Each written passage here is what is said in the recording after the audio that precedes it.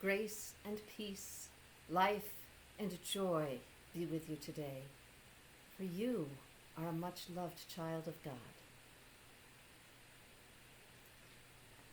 How did we ever get lucky enough to be counted among God's people?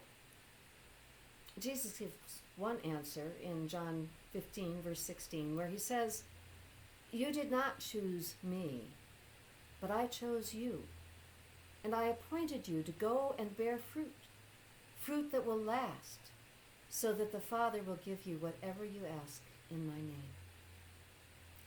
This is the word of the Lord. And here are my thoughts. It's really a question. How much of our faith comes by our own personal decision, and how much by God's grace? It's not a simple question, and despite this verse, it doesn't have a simple answer. Both our decision and God's grace are required in order for faith to be alive in us. So perhaps it's a mix of the two. Or perhaps our decision is part of the grace. Or perhaps our choice comes in opening ourselves, leaving open a container into which faith is poured by the grace of God.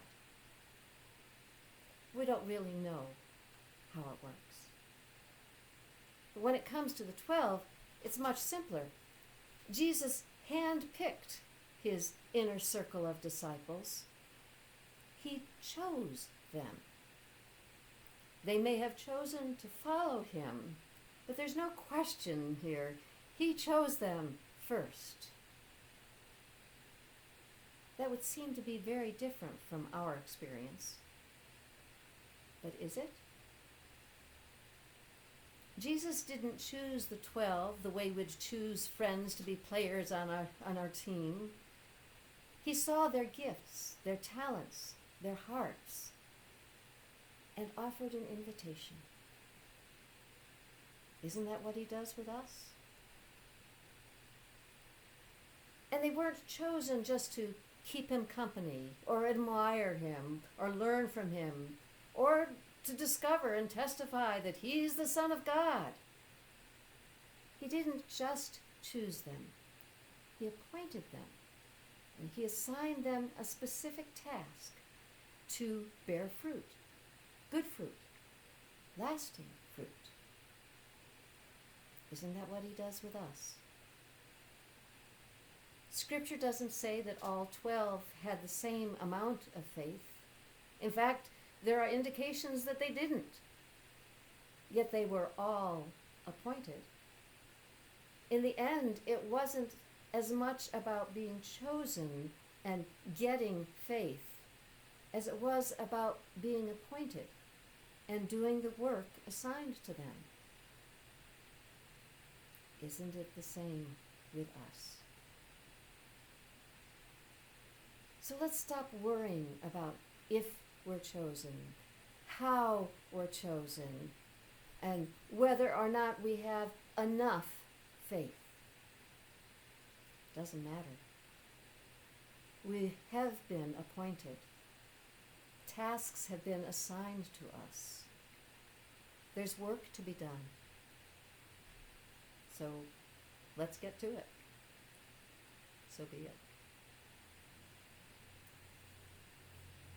I actually have a paraphrase today from a bit of Alec Vidler's Windsor Sermons.